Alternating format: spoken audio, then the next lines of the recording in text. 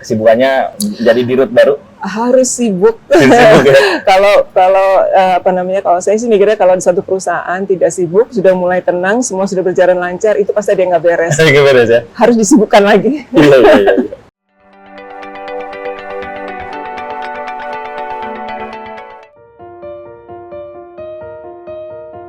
Lita Indria Arieska, Direktur Utama PT Elnusa Tbk yang baru, bukan saja seorang profesional, Lita juga seorang pelukis. Dari karir profesionalnya, Lita memiliki rekam jejak panjang di Pertamina, dengan keahlian strategis di bidang pemasaran, pengembangan bisnis internasional, merger dan akuisisi, serta inovasi digital. Lulusan Teknik Arsitektur Trisakti dan Ekonomi Manajemen University of Manchester ini, sebelumnya menjabat sebagai Direktur Pemasaran dan Operasi di PT Patra Jasa. Dikenal adaptif, inovatif, dan fokus pada pengembangan bisnis berkelanjutan di sektor energi. Kini dia memimpin ribuan perwira di Elnusa. Mari kita simak perbincangan produser Kontan TV, Aziz Husaini, dengan Direktur Utama Elnusa. Halo Sobat Kontan, kembali lagi bersama saya, Aziz Husaini, di Executive Insight. Kali ini kita akan bertemu dan berbincang soal karir Ibu Lita Indria Arieska, Direktur Utama PT Elnusa Tbk. Di samping saya sudah ada Ibu Lita. Apa kabar? Kabar Bu baik, Lita. Mas Aziz. Baik ya Bu ya. Gimana kesibukannya jadi dirut baru? Harus sibuk. Sibuk ya? Kalau saya sih mikirnya kalau di satu perusahaan tidak sibuk, sudah mulai tenang, semua sudah berjalan lancar, itu pasti ada yang nggak beres. Nggak beres ya? Harus disibukkan lagi. Iya. Ya Bu, kita mau cerita soal karir Ibu. Ya kan, menjadi Direktur Utama di PT Elnusa Tbk, sebuah emiten jasa migas besar gitu ya Bu ya. Awal masuk Pertamina itu di level apa, di mana, mungkin bisa share Bu? Oke, pada saat itu sebelum masuk Pertamina, saya pernah bergabung di salah satu perusahaan perkebunan sawit yang cukup besar gitu. Nah pada saat itu ada perombakan di sana dan saya ditarik di holdingnya. Pada saat di holdingnya saya belajar banyak tentang investasi, tentang akuisisi. Nah dari sana saya mulai berpikir sepertinya saya ingin bergabung di BUMN mungkin ya, yang bisa lebih banyak lagi kesempatan saya untuk banyak belajar.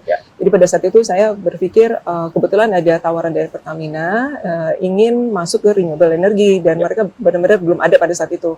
Nah, saya coba apply dan ternyata mereka juga menginginkan yang punya basic atau punya background dari perusahaan sawit waktu itu kalau nggak salah ya. Intinya adalah waktu itu sawit masih diperbolehkan untuk menjadi bahan dasar dari untuk membuat, waktu itu kita masih mulai B5, B10 gitu. Jadi benar-benar baru, Pertamina pun belum punya divisinya. Jadi begitu saya apply, ternyata keterima. Jadi awalnya di business development untuk pengembangan bio dan juga pabriknya. Tetapi baru berjalan 6 bulan 1 tahun, saya malah di shifting ke oil and gas gitu. Jadi malah karena pada saat itu nggak ada orang. Jadi awalnya mendouble dengan new and renewable dan juga untuk akuisisi oil and gas. Tetapi malah kebanyakan pekerjaannya di sana pada saat itu memang yang urgensinya ada di sana dan fokus utama Pertamina pada saat itu di sana gitu. Jadi ya malah keterusan di oil and gas-nya. Jadi memang latar belakangnya Ibu pendidikan di Trisakti kan? Arsitektur. Jadi gimana ceritanya Bu? Ya sebenarnya saya termasuk anak muda yang galau waktu masih kecil gitu. Jadi saya pikir juga kalau anak-anak sekarang galau ya biarkan saja, cuma tinggal diarahkan gitu. Ternyata soalnya saya juga galau.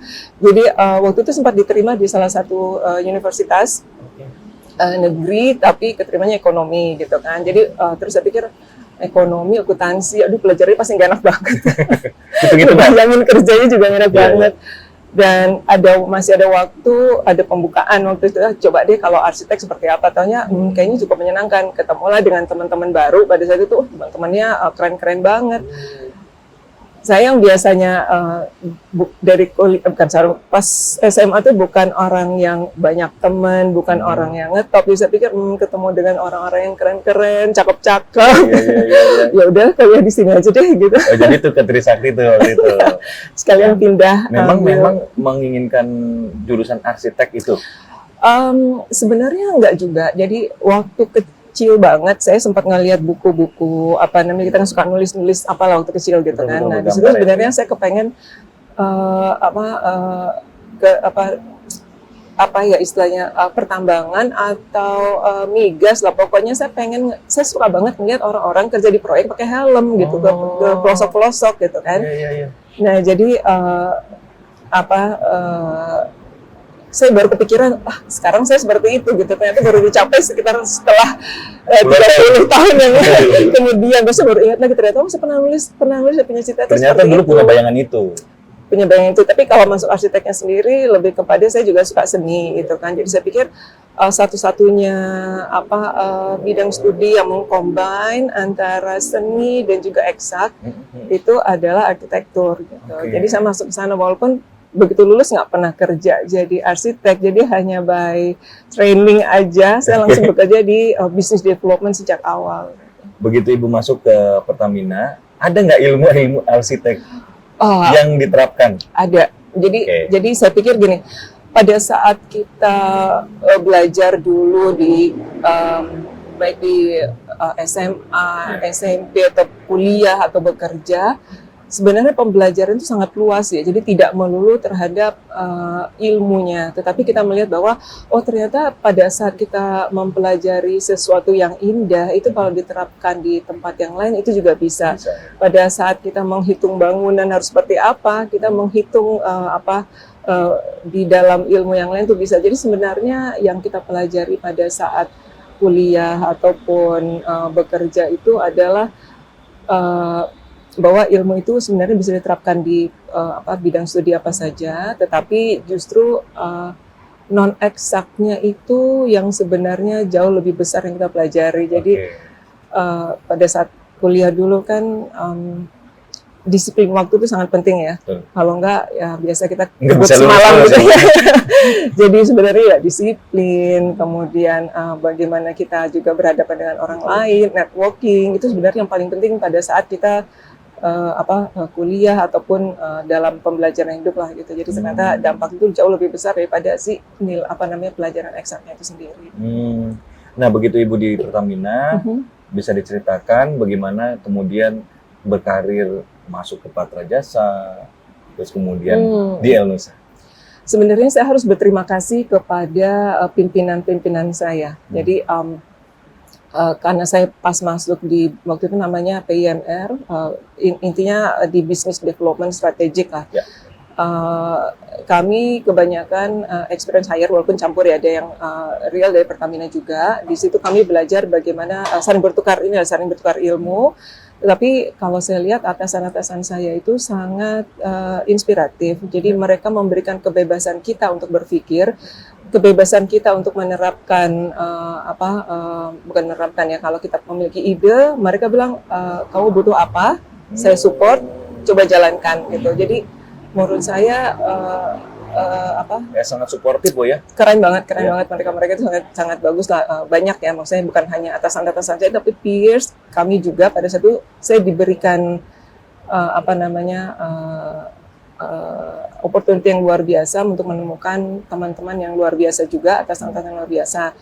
Nah, mereka itu tidak melihat background dari mana tapi memberikan opportunity pada saat kita bisa melakukannya. Mereka bilang silahkan gitu kan, dan tentunya penempatan itu juga melalui tes ya. Jadi memang ada jenjangnya, ada asesmennya Ya. Pada saat kita dirasa mampu dan kita juga mau gitu, mereka mengarahkan.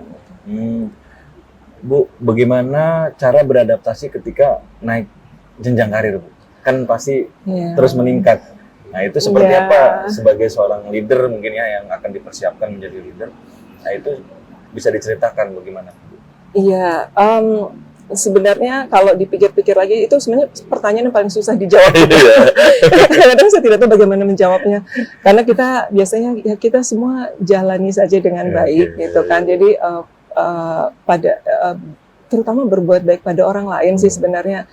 Kadang-kadang kan mengingatkan saya juga kalau misalnya saya sudah mulai merasa tidak nyaman dan lain-lain, saya diingatkan bahwa apa yang saya lakukan ini ataupun kesempatan ini adalah kadang-kadang dibukakan jalan sama orang lain. Kadang-kadang orang lain itu juga yang membukakan jalan kepada saya itu mungkin ada juga satu atau dua orang merasa bahwa oh ya dulu kamu pernah bantu saya walaupun saya nggak tahu gitu kan. Jadi saya selalu kalau saya sudah mulai jutek, kalau sudah mulai kritikal atau tidak mengenakan bagi orang lain, kayaknya saya perlu mengingat-ingat hal itu bahwa ternyata jalur saya itu juga banyak dibantu oleh sekitar saya, gitu, orang-orang yang mungkin merasa pernah saya bantu walaupun kita tidak sadari sih.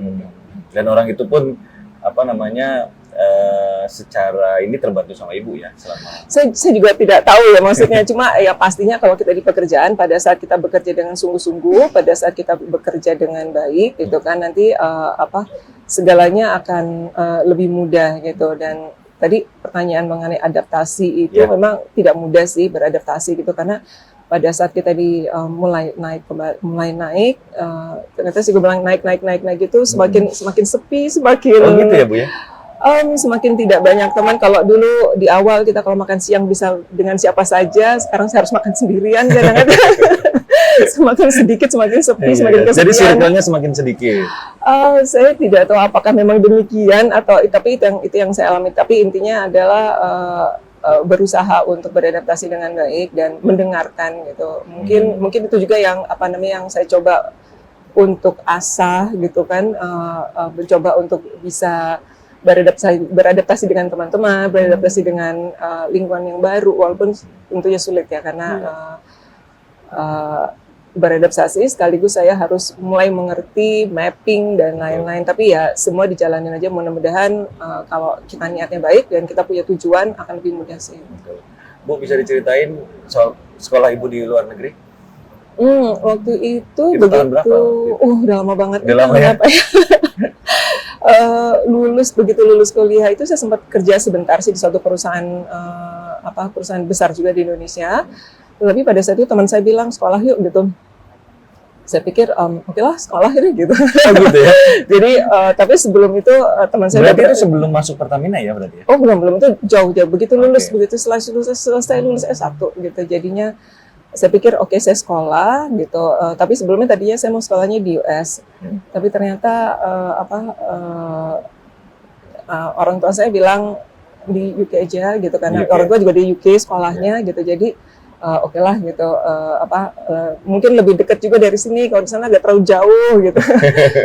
Perjalanannya gitu kan, jadi begitu. Dan udah tahu juga kan orang tua lingkungan. Betul, jadi katanya kalau nengokin lebih enak sekalian nostalgia, gitu, oke lah gitu. Jadi nurut-nurut aja. Tapi memang cukup menyenangkan karena. Ibu ambil apa di sana? Investment. Ya, jadi manajemen lah intinya gitu. Jadi cukup menyenangkan dan pilihannya juga menurut saya tidak salah pilih, karena kalau kita sekolah di Eropa itu kan enak ya, weekend tuh bisa kemana-mana ke beberapa negara. Jadi alhamdulillah kalau nurut sama orang tua jadi ada baiknya juga. Bu, berapa lama di Pertamina kemudian pindah ke Partai Desa? Saya lupa berapa tahun ya. 10 tahun mungkin, 10 tahun di Pertamina, terus kemudian Pertamina itu menugaskan, waktu itu kebetulan ada posisi kosong di Patra Jasa, kemudian Pertamina sempat mereview, karena background saya arsitek, ditawarin kamu mau nggak ditempatkan di sana, saya bilang saya bersedia ditempatkan dimanapun juga, walaupun itu challenging, karena emang agak sedikit berbeda dari kegiatan saya 10 tahun terakhir di oil and gas, tapi ya intinya berani mengambil opportunity, berani untuk mencoba gitu kan, dan harus dijalani dengan sungguh-sungguh ya. Alhamdulillah terlewatkan juga, walaupun tidak segampang ini saya berbicara sekarang ya, pada saat itu pasti banyak banget rintangan. Jadi waktu itu ibu masuk ketika COVID? Ditempatkan di sana pada saat COVID gitu. Jadi benar-benar pada saat COVID. Sebenarnya sih setahun sebelum COVID itu saya sudah fit and proper gitu, tetapi mungkin agak sedikit lama masih mengerjakan ini itu di Pertamina. Jadi pas COVID, kita kalau nggak salah Maret ya COVID di Maret 2020.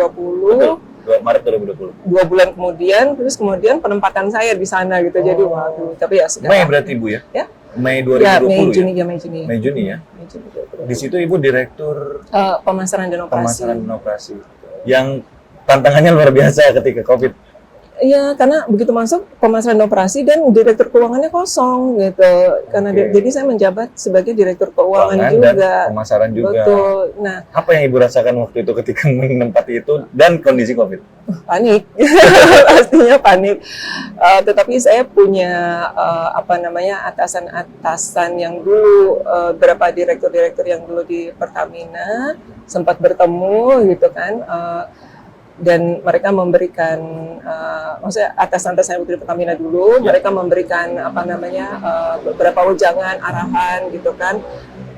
Pokoknya tenang gitu, set up tujuannya apa, jalanin, terus bikin milestone gitu kan, supaya juga membuat apa namanya teman-teman itu termotivasi, karena kan pada saat itu gloomy banget ya, nggak boleh ke kantor. Betul. Tetapi karena kita diminta banyak banget tugas-tugas, jadi alhamdulillah agak sedikit terlupakan, fokus sama kerjaannya, membangun 3 rumah sakit pada saat itu.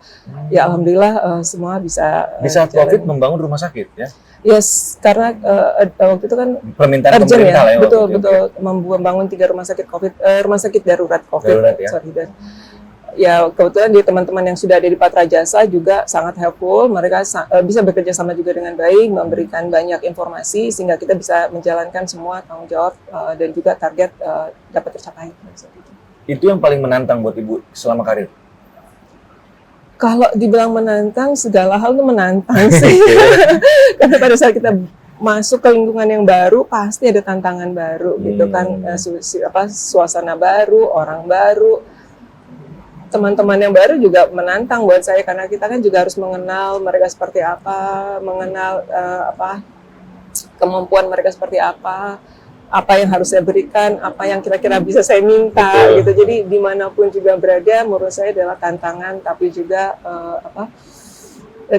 kebahagiaan lah buat saya. Iya. Terus berputar, terus bertemu dengan hal yang baru. Saya senang banget sih sebenarnya. Menikmati aja semua Nikmati perjalanan. itu ya. Dan Patra Jasa, saya kebetulan baru nginep di Patra Jasa, jadi Betul juga di mana? Cirebon. I see.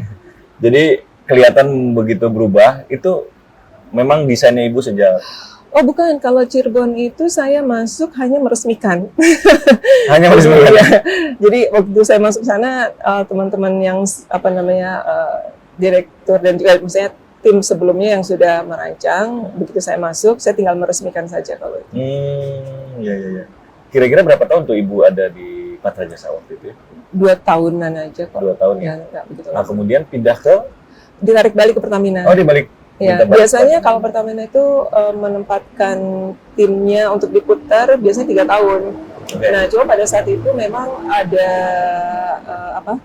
ada urgensi, banyak sekali aksi korporasi di Pertamina. Nah, kebetulan karena background saya bisnis development, dan saya banyak mengerjakan adalah beberapa pengalaman kerja sebelumnya melakukan aksi koperasi dan juga akuisisi, diminta balik waktu itu belum selesai, sebenarnya masih ada 1 tahun lagi, diminta balik. Pas diminta balik, pas COVID berakhir. Jadi memang saya tugasnya untuk menyelesaikan beberapa hal di sana. yang susah-susah kasih Ibu ya.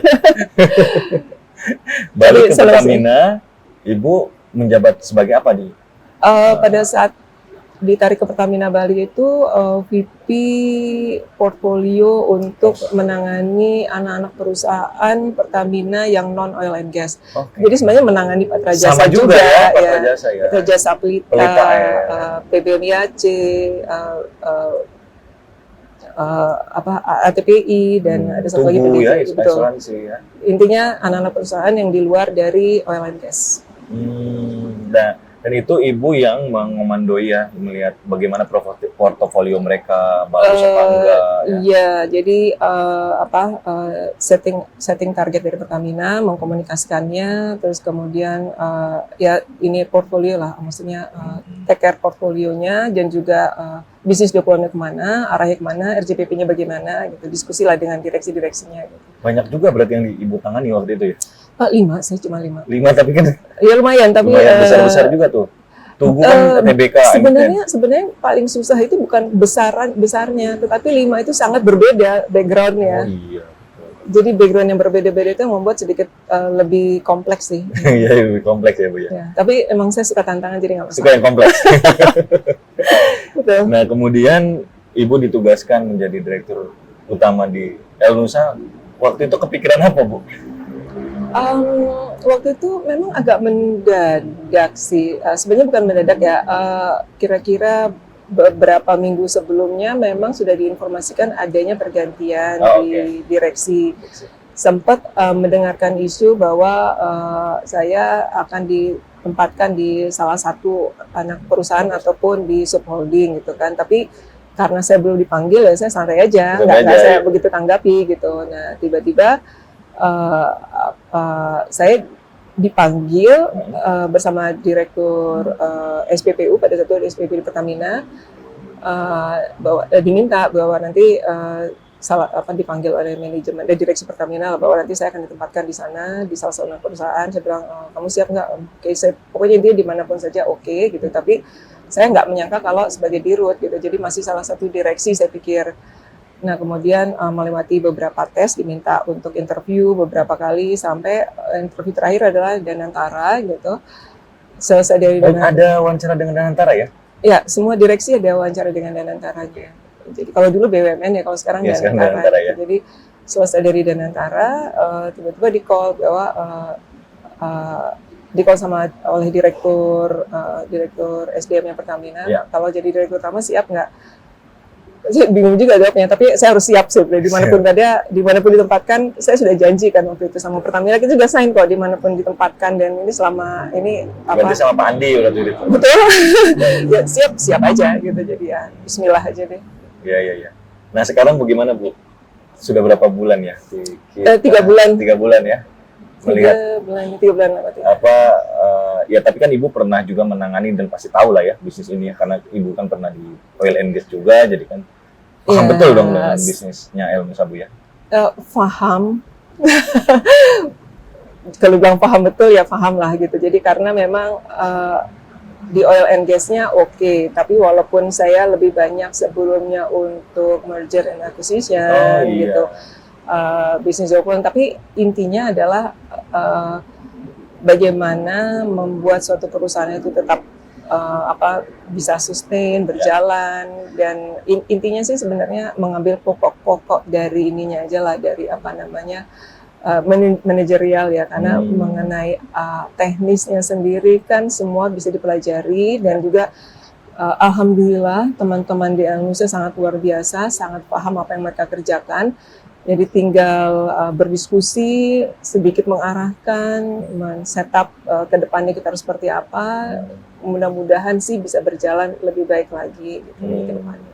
Nah Ibu tipe leader yang seperti apa Ibu? Nah itu juga sulit ya. Karena kalau saya bilang sesuatu kan mereka belum tentu setuju. Jadi saya sih sebenarnya ini dari pengalaman juga saya belajar. Ibu kan pasti memimpin tim. Betul. Saya belajar dari atasan saya, seperti yang saya sampaikan sebelumnya, bahwa membimbing gitu kan, harus membimbing. Jadi pada saat saya sudah mulai sedikit bergerak ke otoriter atau terlalu demanding atau pushy, saya mulai mengingat pimpinan saya sebelumnya yang lebih banyak mengarahkan, mendevelop. Gitu. Jadi saya punya beberapa mentor-mentor lah. Mentor-mentor saya tentunya banyak atasan-atasan saya sebelumnya yang masih juga sering diskusi, sering bertemu gitu. Jadi alhamdulillah banyak hal yang terus saya dapatkan dan juga mengarahkan saya harus seperti apa gitu. Karena gimana pun juga kita masih tetap harus terus belajar ya. Karena tahu hari ini mengenai suatu hal, besok juga dunia sudah berubah lagi, teknologi berubah. Jadi ilmu pengetahuan dan lingkungan sekitar kita tuh berevolusi, bukan evolusi ya, revolusioner. Yeah. Karena kecepatan mereka berubah itu tidak secepat implementasi kita. Jadi ya mencoba untuk mengejar pasar yang terus berubah secara dinamis gitu. Yang penting sih itunya dulu aja sih. Jadi kalau yang lainnya tinggal bagaimana kita membimbing teman-teman berdiskusi dengan baik. Gitu. Nah, peran mentor itu sangat penting ya buat Ibu dalam membentuk Ibu sebagai leader. Sepertinya demikian. Sepertinya demikian. Kalau dari pengalaman saya juga banyak dipengaruhi oleh atasan-atasan yang cukup lama juga membimbing saya, sehingga banyak terpengaruh lah gitu. Tentunya ya, pengaruh itu kan biasanya pada saat kita memang sering berada di lingkungan tersebut, Betul. dengan siapa kita berbicara akan sangat mempengaruhi gitu. Jadi alhamdulillah teman-teman di Pertamina yang sebelum juga atasan-atasan saya tersebut juga sangat baik dan sering sharing kepada tidak hanya saya tapi juga teman-teman yang lain, baik itu technical ataupun non teknis, pokoknya banyak lah yang di-sharing. Jadi makanya saya sampaikan sebelumnya bahwa saya sangat bersyukur begitu saya masuk Pertamina saya menemukan orang-orang hebat di sekitar saya. Bu, kalau motivasi ibu termasuk orang yang ambisius nggak untuk mengejar karir? Sebenarnya sih kalau menurut saya ya, kalau menurut saya sih tidak begitu ambisius. Okay. Awalnya saya malah cukup datar gitu kan, tetapi saya bertemu dengan mentor saya tersebut mengatakan bahwa jangan ambisius ya, tapi harus punya ambisi gitu. Jadi ambisi itu harus ada gitu. Jadi kan. lebih positif ya, harus ada ambisi mengejar sesuatu gitu Bu, betul. Konotasi ambisius kan seolah-olah negatif. Betul. Nah, tetapi kalau kita mempunyai ambisi untuk mencapai suatu cita-cita itu akan jauh lebih baik gitu. Jadi harus punya target, harus punya ambisi, tapi bukan ambisius. Iya. Intinya sih saya terus berusaha menjadi lebih baik daripada kemarin saja gitu. Jadinya itu tentunya banyak hal yang saya harus pelajari juga.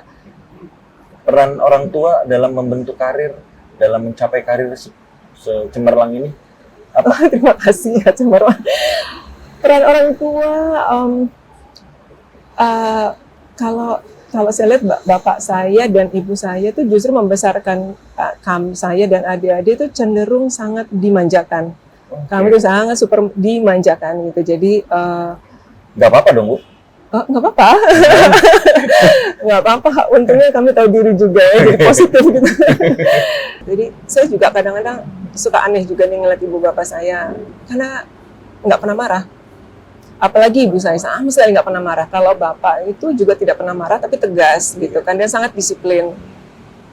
Misalnya hal kecil waktu SD, sekolah, pulang sekolah, cuci kaki, cuci tangan, sholat, ganti baju rumah, baju tidur gitu, bangun jam berapa, sangat disiplin. Gitu.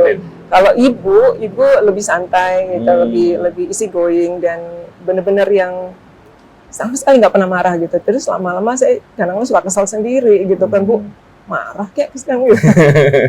atau gimana, tapi jadi dari situ saya belajar lah mengambil positifnya dari apa yang diajarkan orang tua gitu. Jadi harus bagaimana gitu, walaupun sebenarnya saya agak sedikit bertolak belakang dengan mereka karena saya agak sedikit temperamental ya, sangat labil. Labil juga nggak, maksudnya istilahnya labil juga mungkin ya, tapi bisa cepat sekali terpancing atau macam-macam lah. Tapi apa yang membuat ibu seperti itu? Kan orang tua sangat baik, sangat dimanjakan, sangat ini. Atau ibu ini kayaknya nggak begini banget nih harusnya begitu. Oh begitu. Kuliah atau? Iya, begitu kuliah kan saya harus tinggal sendiri, gitu kan. Jadi saya baru merasakan ternyata dunia itu seperti ini. Kaget gitu kan.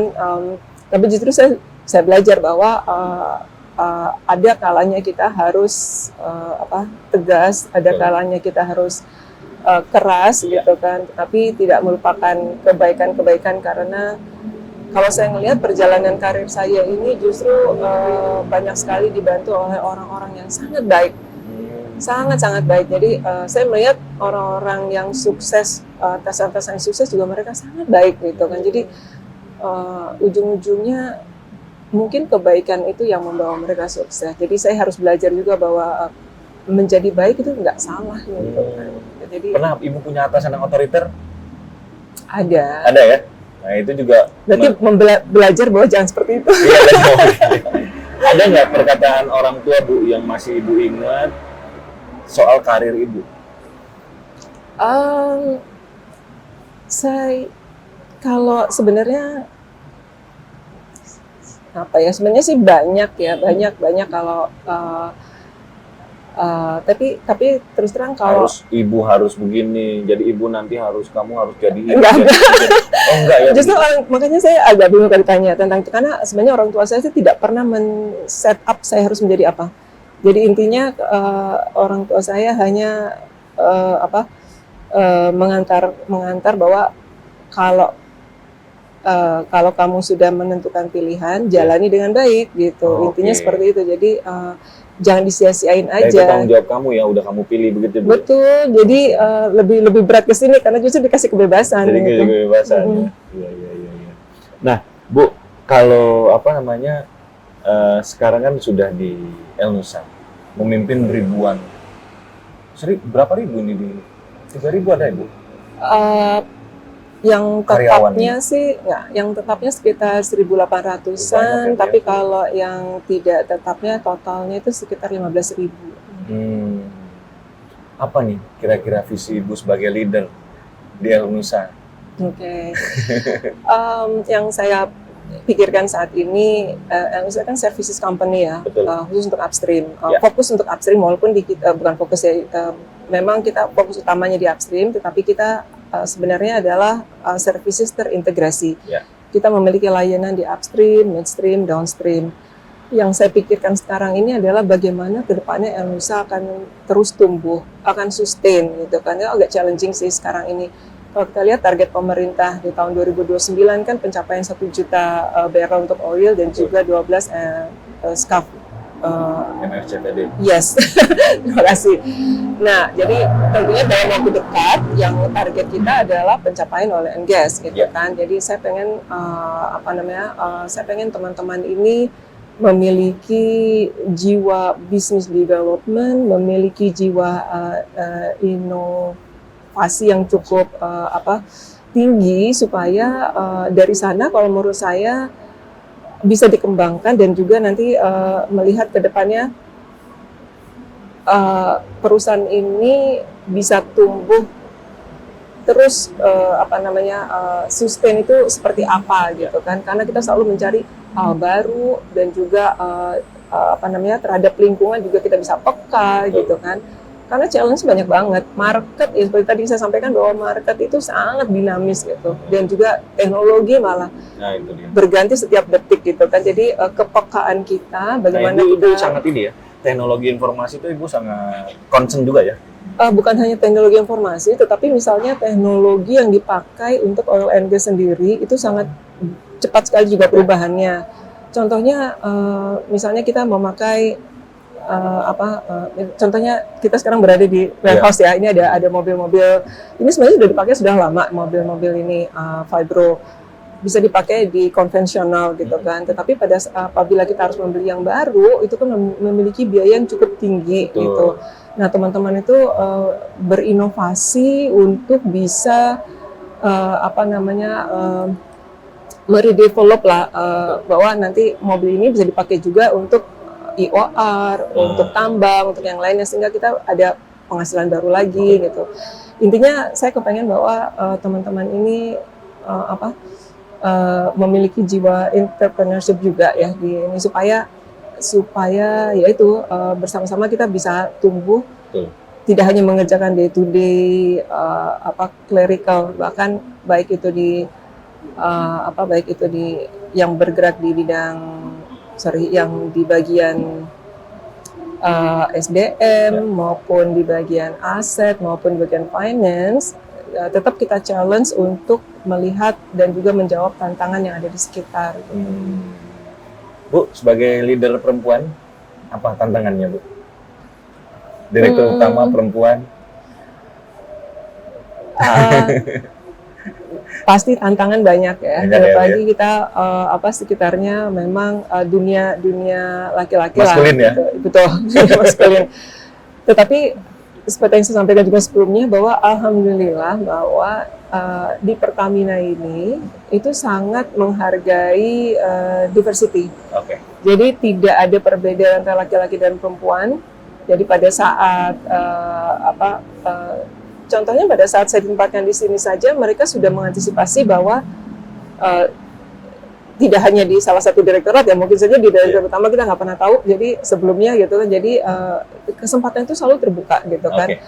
Dan alhamdulillah banget ternyata teman-teman di hulu yang apa namanya yang kita pikir agak juga Ternyata awalnya kita, nah, mereka sangat Support ya, Bu, ya? support, sharing informasi, sharing ilmu luar biasa.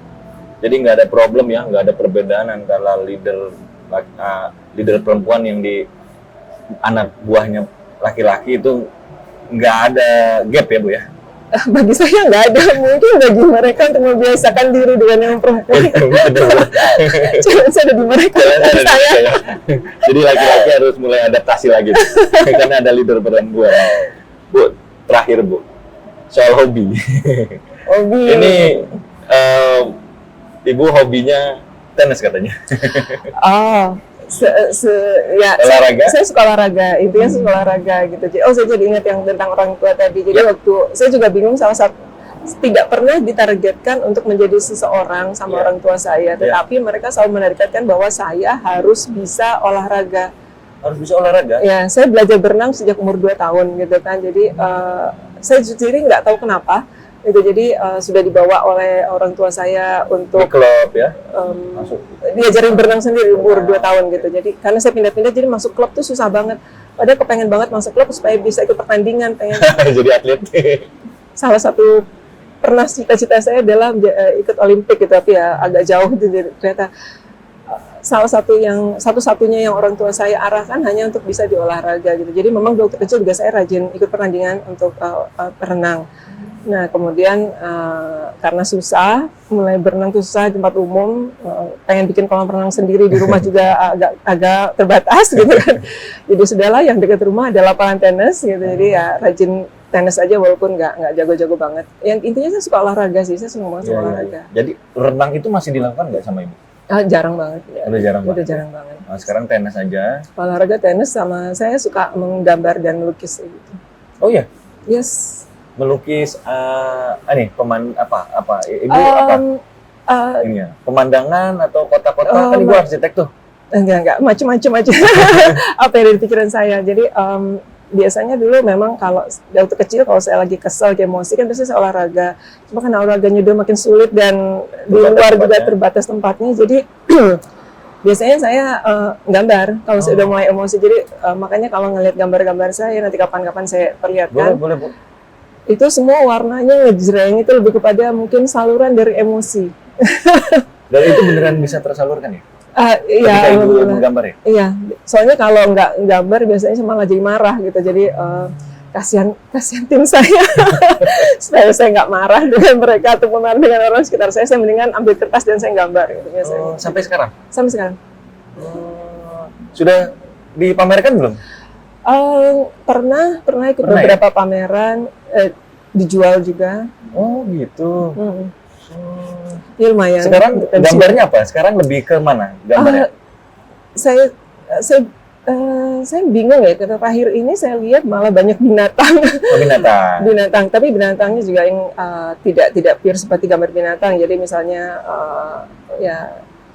agak binatang, sedikit abstrak, sedikit tapi kelihatan kalau binatang. Tapi misalnya bentuknya seperti apa, atau tiba-tiba nanti pakai bunga, pakai apalah segala macam. Gitu ya? Ya ini aja lah. Ibu gambarnya tuh di Kanvas. kanvas ya. Ya. Jadi di ruangan Ibu nih sekarang ada ini tempat melukis ini. Nggak ada tempat lukis melukis, cuma hasil karya saya tempel di ruangan saya ada. Ya. Ya, menarik, nanti saya kapan-kapan main ke sana. Oh boleh, nanti saya liatin fotonya juga. Ada beberapa gambar.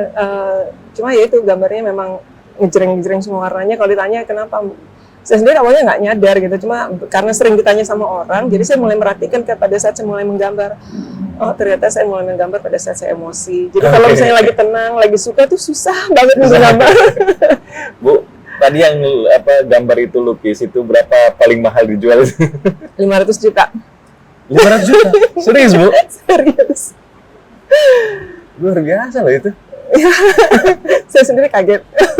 Jadi Ibu pameran gitu ya?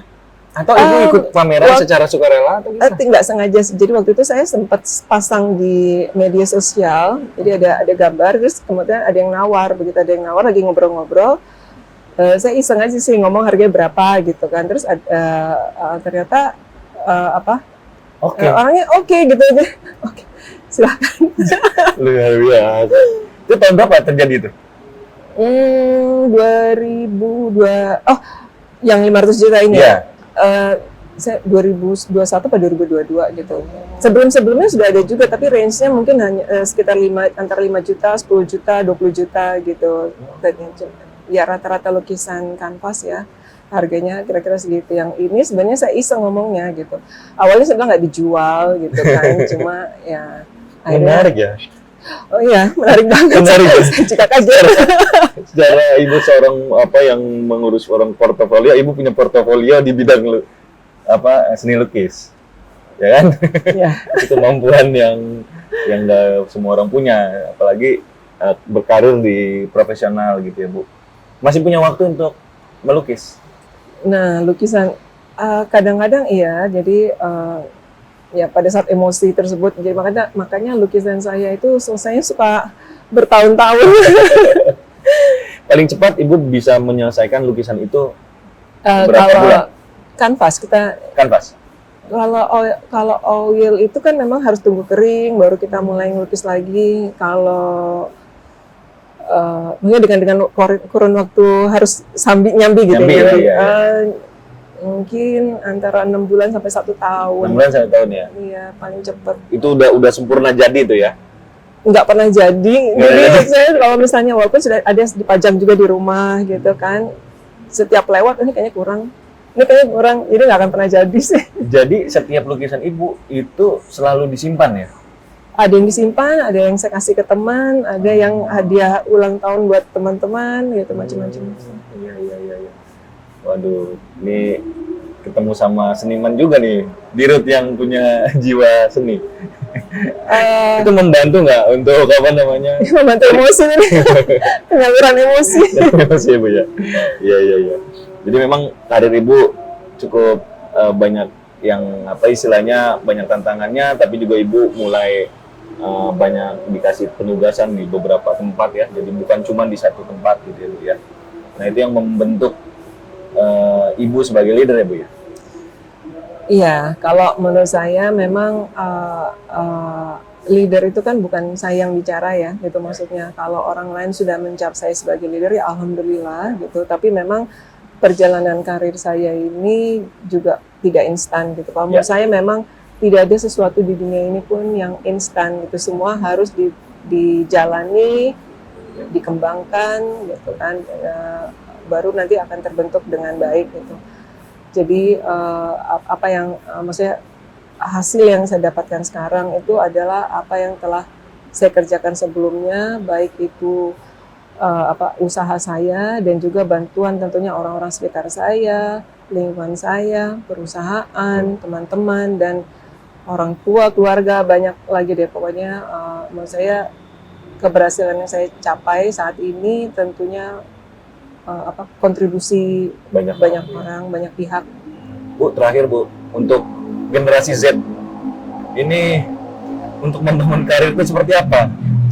Karena mereka sering bosan, ya kan, pindah-pindah kerja. Ibu yang sebagai leader sudah banyak pengalamannya. Apa kira-kira Bu, wisdomnya Bu? Sebenarnya kalau tadi disampaikan, yang generasi sekarang banyak bosan pindah-pindah. Saya juga mungkin seperti itu. Mungkin saya generasi yang sekarang yang lahirnya beberapa tahun yang lalu. Iya. Dulu juga kita seperti itu mungkin ya. Betul, kita juga pindah-pindah dan cepat bosan gitu kan. Cuma memang karena di atasnya itu masih kencang directionnya, jadi kita juga agak terbelenggu lah arahnya gitu. Sebenarnya sih kalau menurut saya jalanin saja gitu. Tapi bosan nggak masalah juga. Saya juga beberapa kali bosan di suatu tempat gitu kan. Ada yang keputusannya saya harus pindah tempat, ada yang keputusannya saya harus memperbaiki dan mencari sesuatu yang baru, yang lebih baik dari apa yang saya kerjakan gitu. Jadi kalau saya bilang anak-anak sekarang sih yang penting tanggung jawab aja. Pada saat mereka memiliki tanggung jawab, sebosan apapun mereka, mau pindah kemanapun mereka, selama mereka punya tanggung jawab untuk menyelesaikan tanggung jawab terhadap diri sendiri, harus punya masa depan atau umur yang panjang, diberikan anugerah yang luar biasa hidup, ya mereka kalau memiliki tanggung jawab itu pasti mereka akan ke depan jauh lebih baik. Dan akan menjadi seperti ibu yang sukses. Alhamdulillah, insya Baik, Allah. terima kasih Sobat Kontan. Demikian perbincangan saya dengan Ibu Lita terkait karir beliau yang cukup panjang di Pertamina. Saat ini beliau sedang memimpin PT Elnusa Tbk menjadi direktur utama perempuan yang penuh dengan dinamika di dalamnya. Tapi saat ini Bu sudah 3 bulan ya Bu? 3 bulan lebih. 3 bulan lebih memimpin Elnusa. Mudah-mudahan Elnusa ke depan bisa semakin baik bisnisnya dan juga operasionalnya. Amin. Dari saya Aji Susaini, kita akan bertemu lagi di program Executive Insight. Assalamualaikum warahmatullahi wabarakatuh. Waalaikumsalam warahmatullahi wabarakatuh. Ibu, terima kasih. Terima kasih. Terima kasih banyak ya Bu ya. Terima kasih kesempatannya. Keputusan bisnis terbaik datang dari data, bukan tebakan. Mudah berlangganan Business Insight dengan subscribe with Google.